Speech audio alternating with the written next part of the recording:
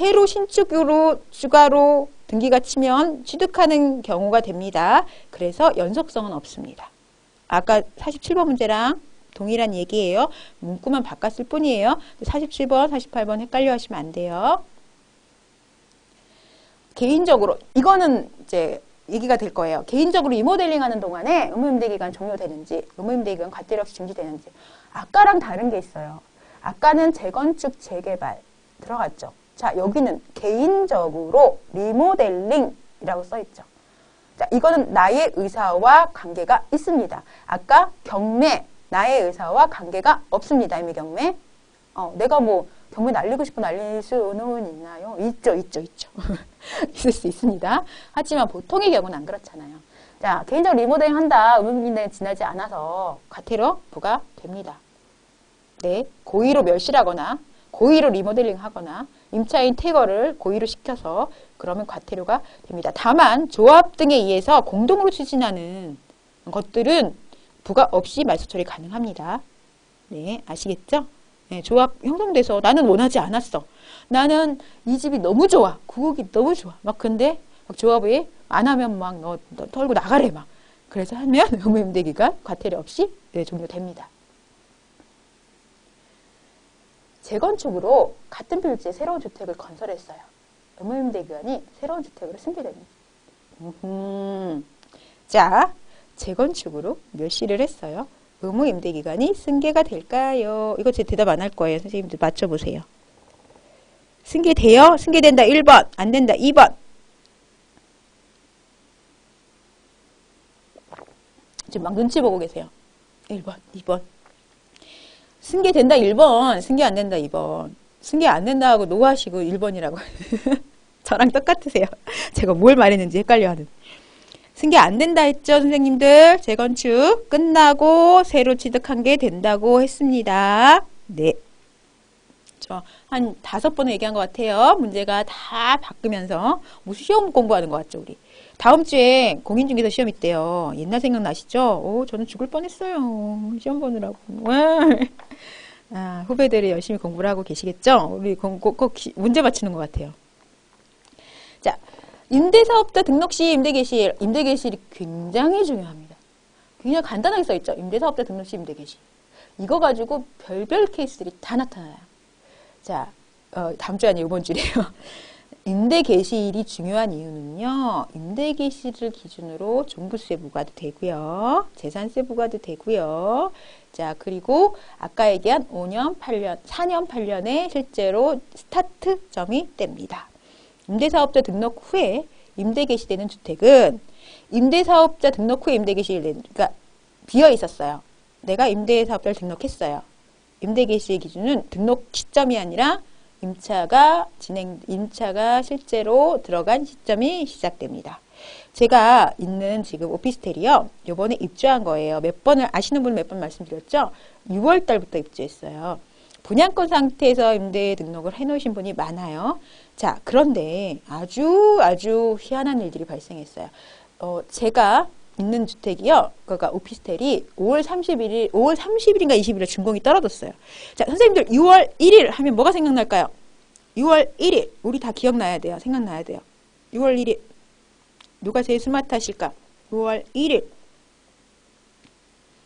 대답이 안 올라오고 있습니다. 재산세. 오케이. 또. 재산세 말고. 재산세는 기본. 재산세가 딱 안 떠오르는 선생님들은 공부하셔야 돼요. 종부세. 맞습니다. 자, 무슨 일이 일어났냐면요, 선생님들. 이건 현장에서 일어난 일인데, 제가 아는 사모님이 저희 오피스텔을 2개를 갖고 계세요. 그 사모님 때문에 저도 어떻게든 분양 하나 받긴 했는데, 자, 돈이 많은 사모님이에요. 정담동 사모님. 보통은 이제 시공사에서 미리 잔금을 치르면 할인을 해줘요. 그래서 이 사모님은, 저희가 입주 지정일이 2달이었는데, 5월 첫째 주에 2개에다 잔금을 치르셨어요. 돈이 많으니까. 그러면서 저한테 임 실장 돈 갖고 있으면 뭐해? 그냥 잔금 치르면 할인해준대. 그래서 나는 치를 거야. 그러고 치르셨어요. 5월 2일날. 자, 그리고 등기는 6월 4일인가 5일날 치셨어요. 제가 그 사모님을 아무 생각 없이 이제 그러세요. 그러다가 아무 생각 없이 6월 첫째 주에 만났는데 1일인가 2일.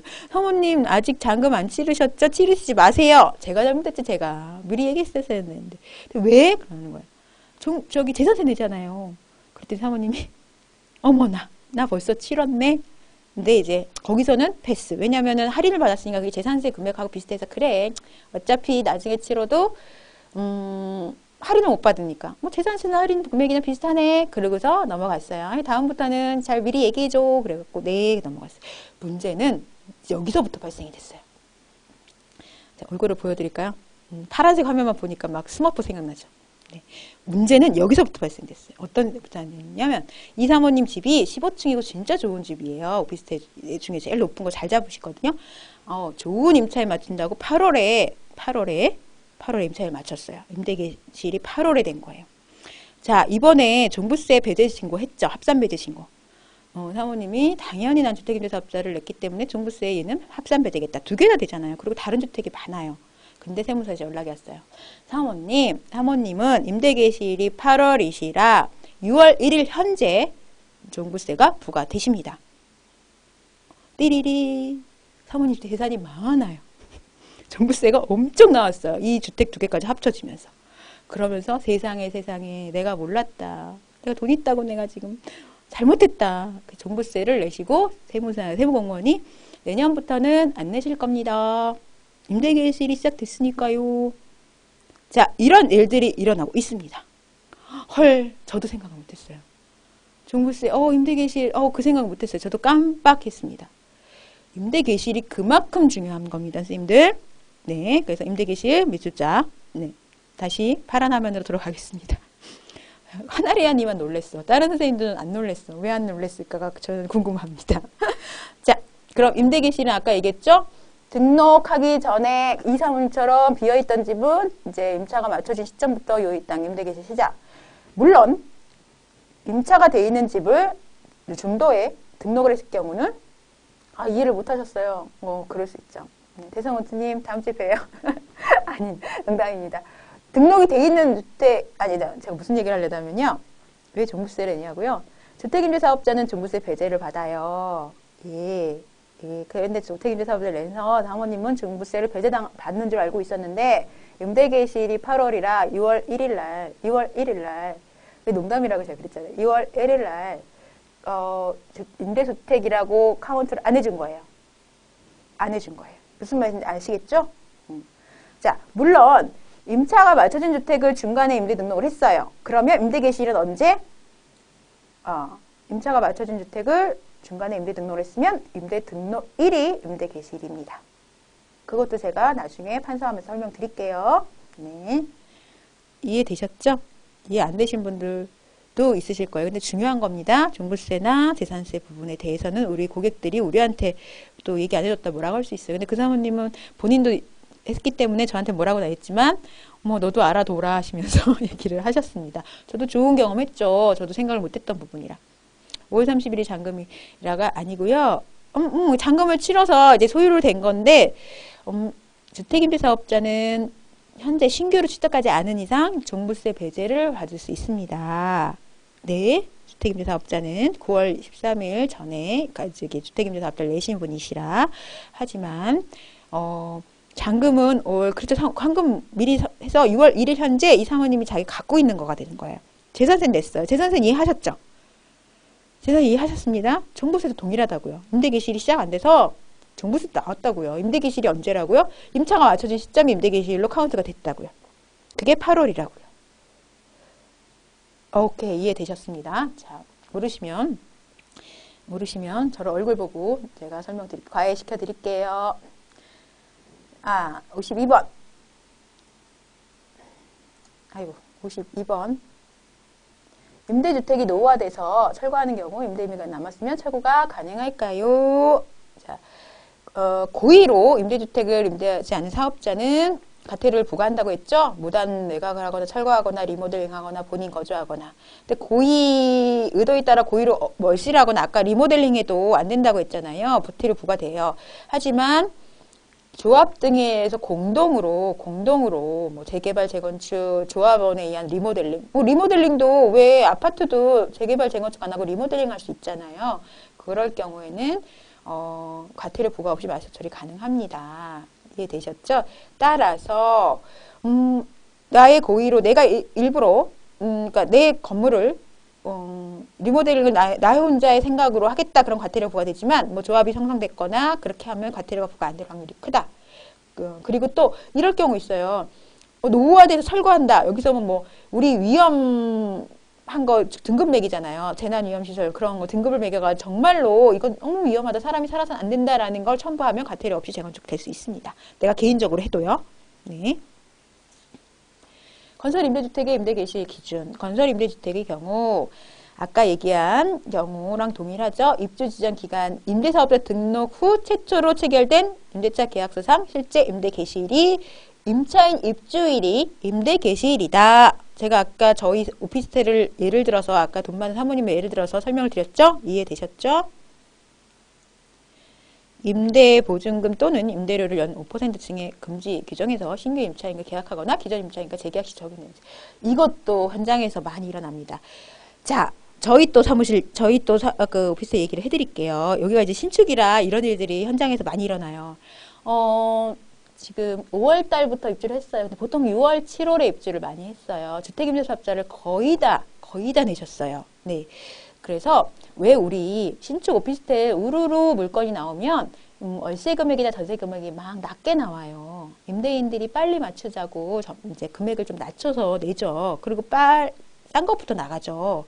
저희도 288세대라 그때는 이제 제가 있는 저희가 이제 거기 사무실 있는 사이즈가 8.7평인데 그때는 1,000만 원에 110만 원 정도도 계약이 막 됐습니다. 물론 주택임대사업자 호실도요. 저는 이제 일반 임대사업자 호실에 사무실을 내고 있지만 110만 원에 계약을 했어요.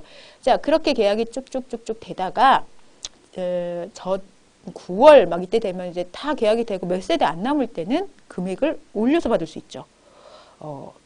참고 기다리는 자에게 복이 있나니, 그쵸? 그래서 130만 원까지 임대료가 치솟았습니다. 그래도 물건이 한도나 두 개밖에 없습니다.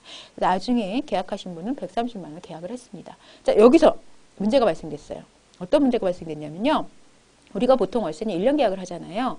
근데 1년 계약을 했는데 보통 1년 쭉 살다가 나가면 참 좋겠지만 이 오피스텔의 특성상 또 강남이라는 특성상 젊은 친구들이 임대료를 못 낼 수도 있고 중도에 만기 전 퇴실이라는 현상들이 많이 일어나요. 그래서 3개월도 안 돼서 9월에 만기 전 퇴실이 발생이 됐습니다. 만기 전 퇴실이 발생이 됐습니다. 근데 그 사모님이 1000에 110으로 임대차 신고를 해버렸대요. 희한한 일이 발생합니다. 130짜리 물건이 생기고요. 똑같은데 이분은 110에서 올리지 못합니다. 왜냐하면 1년이 안 지났기 때문에 연간 5% 이상 증액 금지 규정에 들어갑니다. 따라서 울며 겨자 먹기로 110에 맞춰야 합니다. 그러면 임대인들도 안 좋아요. 130에 놓는 사람들은 110 때문에 본인께 늦게 되겠고요. 110으로 놓던 선생님들은, 임대인들은 130을 받을 수 있는 시세가 돼도 5% 연간 상한선에 걸리기 때문에 벌금이 나오기 때문에 110으로 또 놔야 되는 그러한 아이러니한 현상들이 발생됩니다. 따라서 신규 임차인과 계약을 하거나 기존 임차인과 재계약 시에 1년 이상 돼야 5% 증액할 수 있습니다. 그런데 2년 계약을 했을 경우에는 2년 후에 5%예요. 2년 후에 10%가 아닙니다. 연간 5% 적용을 임대보증금 적용받을 수 있고요. 임대료도 적용받을 수 있습니다. 그리고 전월세가 바뀌었을 경우, 예를 들어 전세로 놨다가 월세로 놨을 때도 그 조건에 전환율에도 계산을 해서 전환해야 합니다. 내 마음대로 전환하면 안 됩니다. 네, 전환하는 방법도 저희 수업에서 말씀드릴 겁니다. 자, 이해되셨죠? 네. 60을 향해서 막 달려가고 있습니다. 55! 월세 계약을 5년으로 한 경우, 이거 나오네요. 5년으로 계약한 경우, 그런 경우 많지 않겠지만 5년 후에 25% 인상 될까요? 너무 많네요. 25%. 열세 계약 유가 나온 게 무조건 5%인지. 동일인가 동일 계약 조건은 그러니까 5년을 계약했어요. 그러면 5년 후에 뭐 그 사람하고 재계약할 수도 있고 다른 사람이 들어올 수 있지만 베이스는 바로 직전의 1년의 금액이기 때문에 25%가 아니라 직전 금액에서 5%입니다. 따라서 강남권 같은 경우는 무조건 연 5%이기 때문에 직전 계약분에 대해서 그래서 일부러 이제 몇 년씩 계약 안 해주세요. 임대인들도 네, 똑똑해져서 2년 계약해줄 걸 1년 계약하고 재계약하자고 하세요. 네, 그래서 5%씩이라도 올리려는 그런 것들을 만들어 놓으시더라고요. 네, 연 5년씩 막 계약해 주는 데는 많지는 않겠지만 뭐 사업무실 같은 데는 가능하겠죠. 근데 주택임대사업자에서는 주택을 뭐 할 수도 있겠지만 보통은 그래서 1년 계약을 많이 합니다. 안 돼요. 특약 따른다고 그런 케이스 있죠. 매년 5% 올린다고 특약을 달면 그런 케이스는 봤어요. 2년 계약하고 1년 후에 5% 올린다라고 하는 계약이 있는데 그럴 경우에는 임대차 신고를 우리가 그냥 2년으로 해버려요. 그 금액으로. 원칙적으로 안 되지만 계약자가 바뀌지 않았기 때문에 계약 변경이 안 된 걸로 그냥 신고해버려서 2년 후에 하긴 하는데 그것도 문제가 될 소지가 있죠. 근데 그렇게 하시는 케이스도 있어요. 네. 제가 말을 너무 빨리 하니까 지금 어지럽기 시작했습니다. 56번. 네, 다 해드리려고 약속을 했으니까 지킬 겁니다. 임대 의무 기간이 5년에서 10년으로 변경 문제 설명? 5년에서 10년으로 변경이요? 5년에서 10년으로 뭐가 변경됐죠? 질문을 제가 파악을 못했어요. 지금 선생님 질문하신 거. 자, 임대 의무 기간이 종료된 후에도 5% 증액 제한 있을까요? 오, 이거 흥미로운데요. 임대 의무 기간이 끝났어요. 상가 임대차? 상가 임대차 지금 주택 임대차 하는데 상가 임대차 저한테 물어보시면 헷갈리세요. 저도 지금 네 10년? 그거는 나중에 네. 자, 56번 여기 집중하세요. 네, 상가 임대차 계약갱신 종구권은 예. 임대 의무 기간이 종료된 후에 연 5% 증액 제한 규정 있을까요? 임대 의무 기간이 종료됐습니다. 하지만 말소하지 않고 폐업하지 않고 계속 갈 수 있잖아요. 이때 연 5% 증액 제한 규정을 계속 지켜야 하는지. 1번 맞는 1번은 지켜야 한다. 2번은 아니다. 한번 이건 여쭤볼게요. 임대 의무 기간 지났어요. 근데 임대사업자 폐업 안 하고 그냥 가요. 계속 가요. 자, 임대료 % 증액 제한 1번 지켜야 한다. 2번 안 지켜도 된다. 1번 지켜야 한다. 2번 안 지켜도 된다. 아니요. 받는다. 2번, 1번 아니다. 2번 네, 틀려도 안 때립니다. 선생님들. 멀어서 못 때립니다. 선생님들. 네. 저도 이거 헷갈렸어요. 정답은 2번 임대료 증액 제한은 임대 의무 기간 동안 적용되는 사항입니다. 따라서 임대 의무 기간이 종료된 후에 임대사업자를 갖고 계셔도 5% 증액 제한 규정 없습니다. 오, 훌륭하신 선생님들입니다. 많이 하시네요. 저도 이거 헷갈렸습니다. 자, 장기 일반 임대, 단기 임대 주택인 경우 임대료 증액 제한 적용 기간. 아까 얘기한 거랑 비슷하네. 뭐라 그랬죠? 의무 임대 기간 동안 증액이 청구된 경우 적용되며 이 경우는 단기, 장기 다 기업형 임대 모두 동일하게 적용됩니다. 지금 56번과 동일한 이야기 했습니다. 임대 의무 기간 내에서만 5% 지키면 되고요. 임대 의무 기간이 지난 예를 들어 단기 임대는 4년, 장기 임대는 8년 동안만 5% 상한선 지키시면 된다는 말씀. 이거는 알아두셔야 돼요. 왜냐하면 많이 물어보시잖아요. 저도 주택임대사업자 갖고 계시면 계속 5% 지켜야 되나 라고 생각했어요. 하지만 그게 아닙니다. 의무임대 기간만 이러한 의무사항이 있습니다. 이해되셨죠? 지금 57번도 동일한 문제예요. 네. 자, 58번. 임차인 모집 시 임차인에 대한 자격조건 따로 있을까요? 따로 있을까?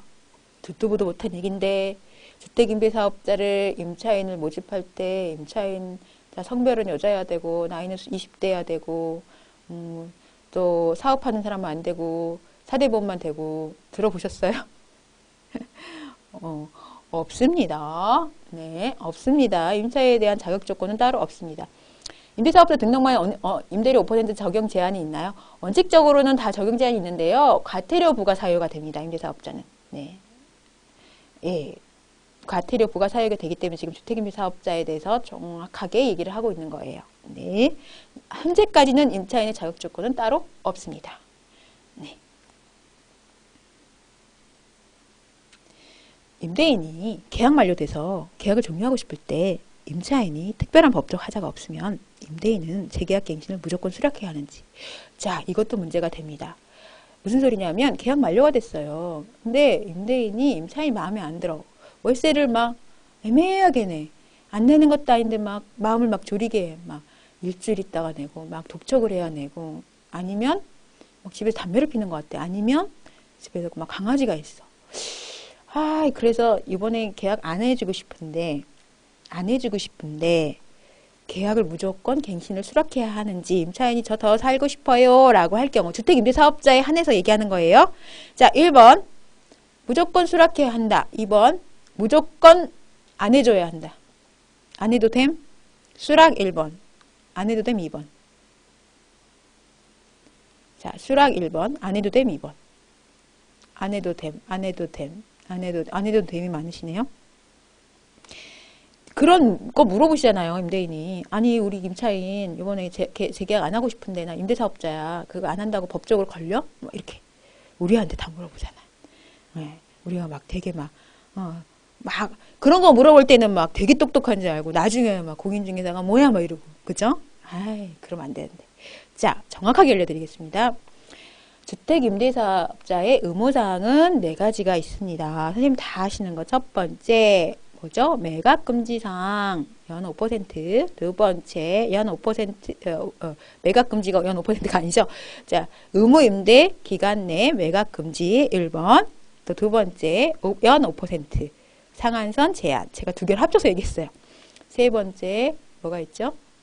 세 번째 이게 또 말해놓고 헷갈려서 뒤돌아섰나 봐요, 제가. 자, 선생님들이 제가 교환을 만들었는데요. 모르시는 게 하나 있어요. 모르시는 게. 다른 건 다 아세요. 연 5%도 알고, 매각금지도 알고, 또 뭐가 있죠? 이제 봐야겠네요, 저도. 마지막에 4번째가 뭐냐면요. 계약갱시 거절 제한이라는 게 있어요. 임대인은, 주택임대사업자의 임대인은 임차인이 3기에 달하도록 3기에 연속적으로 임차료를 그러니까 연체를 하거나 3번에 걸쳐 아니면 주택을 다른 용도로 사용하거나 아니면 고의로 파손 훼손하거나 하지 않았을 경우에는 계약 갱신을 거절할 수 없다라는 게 4번째예요. 제가 3번이 기억이 안 나네. 그거는 다 알고 계신 건데 제가 나중에 수업 때 알려드릴게요. 마지막에 잘 모르시는 것 중에 하나가 계약 갱신 거절에 대한 그 조항이 있어요. 자, 첫 번째 그 계약 갱신 거절에서 뭐 고의로 뭐 부서뜨리거나 이러면 그건 당연히 계약 갱신 거절할 수 있죠. 근데 그럴 경우 많지가 않잖아요. 또 다른 용도로 사용할 때 그건 뭐냐면 주택임대사업자는 주택으로 사용했는데 거기 사업자를 막 내. 그러면 계약 갱신 거절할 수 있어요. 근데 첫 번째를 모르세요. 첫 번째가 뭐냐면 3번에 걸쳐서 석 달에 걸쳐서 연속으로 연체를 할 경우 연속으로 임대료를 연체를 할 경우 계약 갱신을 거절할 수 있다. 근데요, 여기서 포인트는요. 우리 주임법에서는 2기예요. 2기에 달하도록 연체를 했을 경우에는 우리가 무기적 갱신 거절할 수 있다라고 나오잖아요. 근데 주택임대사업자는 3기예요. 3기. 그러니까 어떤 분은요. 어떤 임차인은 진짜로 뭐라 그럴까 영악해서 한 달은 잘 내고 한 달 연체하고 한 달은 잘 내고 한 달 연체하고 3-4달에 걸쳐서 연체가 되지 않게끔 만들어버려요. 그러면 계약갱신 거절 못해요. 법적으로는. 주택임대사업자 그 민특법에 의하면. 따라서 자 59번의 포인트는 계약을 종료하고 싶은데 특별한 법적 하자. 아까 그 3가지가 아니면 무조건 수락해야 합니다. 임대인한테 굉장히 가혹한 거죠. 하지만 주택임대사업자 그 민특법은요. 임대인을 위한 법이 아니에요. 임차인을 위한 법이에요. 임차인이 그러니까 꾸준하게 임대를 하고 있으면 연 5% 이상 올리지 않고 있으면 임차인들이 마음 편하게 비싼 금액이 아닌 저렴한 금액으로 임차를 하기 위해서 만든 법이기 때문에 임대인에게 좀 가혹한 항목도 있습니다. 따라서 아까 제가 얘기한 거 3달에 달하도록 3달 연속 연체를 하거나 다른 용도로 사용했거나 주거 외에 그리고 고의로 부시거나 뭐 증축하거나 개축하거나 하지 않은 이 3가지의 그게 법적 하자죠. 없으면 계약갱신을 거절할 수 없다라는 게 있어요. 계약갱신 거절하고 임차인이 신고하면 과태료 나옵니다. 그래서 임대인한테는 잘 말씀하셔야 돼요. 근데 모르시는 분들이 꽤 많습니다. 자, 대망의 60번. 임대차 계약서 작성 시 표준 임대차 계약서를 작성해야 하는지 다른 임대차 계약서 작성해야 하는지 이거 너무 쉽죠? 자, 무조건 주택임대사업자는 표준임대차 계약서로 신고할 의무가 있다. 아, 이거다. 제가 3번 아까 의무사항 4개 중에서 헷갈렸다는 거 생각 안 난다는 게. 첫 번째는 임대 의무 기간 내 매각금지. 벌금 1,000만 원. 개정되면 3,000만 원 이하. 자, 두 번째 연 5% 금지. 첫 번째 하면은 500. 첫 번째는 뭐 500, 그 다음 70, 뭐 이렇게 100 이런 식으로 과태료가 부과가 됩니다. 카운트에 대해서. 세 번째, 표준 임대차 계약서로 임대차 신고 의무사항이에요. 그리고 네 번째, 아까 얘기한 대로 계약 갱신 거절 못한다. 연달아는 아니고 세 번 안 돼요. 연달아예요.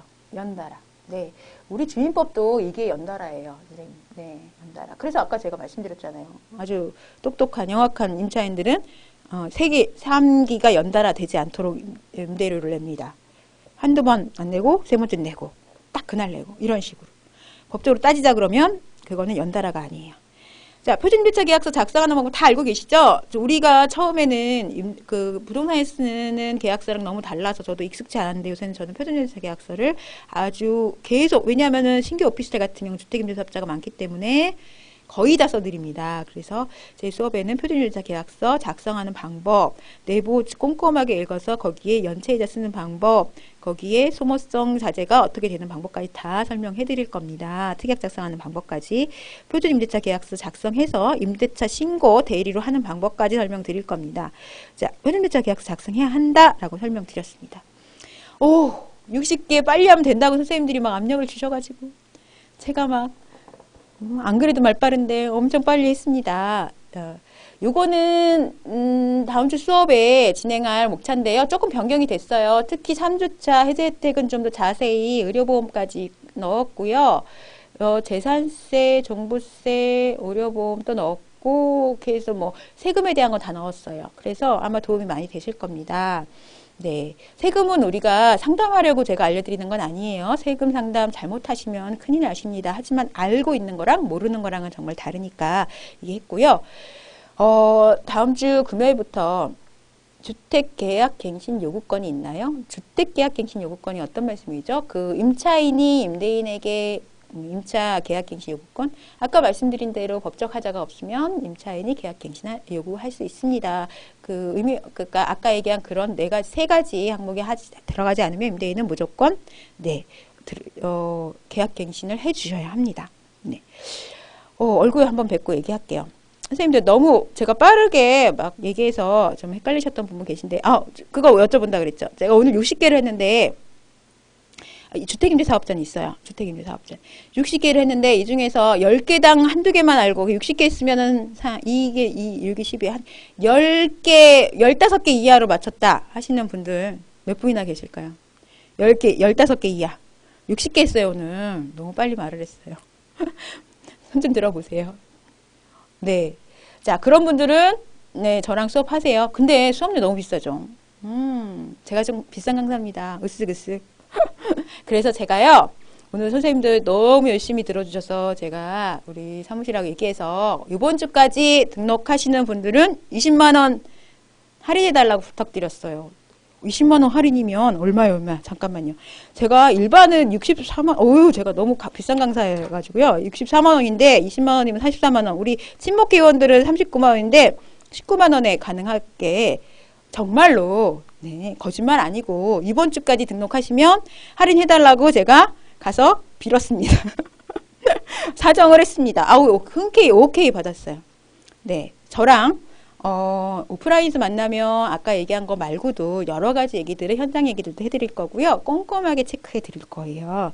쉽게 강의해 드린다는 건 약속했어요. 물론 선생님들 생각보다는 조금 못 믿을지 모르겠지만 제가 약속해 드릴 수 있는 건 쉽게 설명을 드리겠습니다. 그리고 현장 얘기 제가 상담했던 얘기부터 시작해서 해드릴 거니까요. 64만 원 너무 부담스러워서 고민했던 선생님들 이번 주까지 하면 20만 원 할인해 달라고 말씀드렸으니까 각각의 VIP는 얼마에서 20만 원. 돈이 너무 우리가 요새 부동산이 좀 그래서 힘드셨잖아요. 그래서 강의료 할인 혜택 말씀드렸으니까요. 꼭 들으실 선생님들, 많이 아시는 선생님들은 안 들으셔도 돼요. 잘 모르시고 오늘 좀 얘기했는데 헷갈리는 게 많았던 선생님들은 저랑 오프라인에서 얼굴 뵙고 수업 시간에 만났으면 좋겠습니다. 너무 모르세요. 어떡하죠? 부산 어쩌죠? 아 진짜 제가 부산 가서 한번 강의를 해야 되나요? 네, 먼 선생님들 제외하고는요. 경기나 서울 계신 분들은 조금 시간 내셔서 네, 딱 4주만 고생하시면 임대사업자에 대해서는 저만큼 알 수 있게 해드릴 겁니다. 고생 많으셨어요. 네, 벌써 9시 50분이네요. 네, 오늘 고생 많으셨고요, 선생님들. 네, 저는 오프라인 강의에서 뵈면 좋겠고요. 그리고 온라인 강의도 다음 달에는 좀 몇 개 있으니까 그때도 또 자주 뵐 수 있으면 좋을 것 같습니다. 네, 이해되셨고 도움이 되셨다 그러면 저도 감사드립니다, 선생님들. 네, 우리 점점 날씨도 추워지고 부동산 경기도 아직 살아나지 않아서 힘든 텐데요. 좀 많이 힘내고 화이팅 해서 이럴 때쯤 공부 열심히 해서 전문적인 공인중개사로서 거듭날 수 있는 좋은 시간을 보냈으면 좋겠습니다. 네, 도움 되셨다면 저도 너무 행복하고요. 선생님들, 네, 오프라인 수업에서 뵙겠습니다. 네, 안녕히 가십시오. 고생하셨습니다.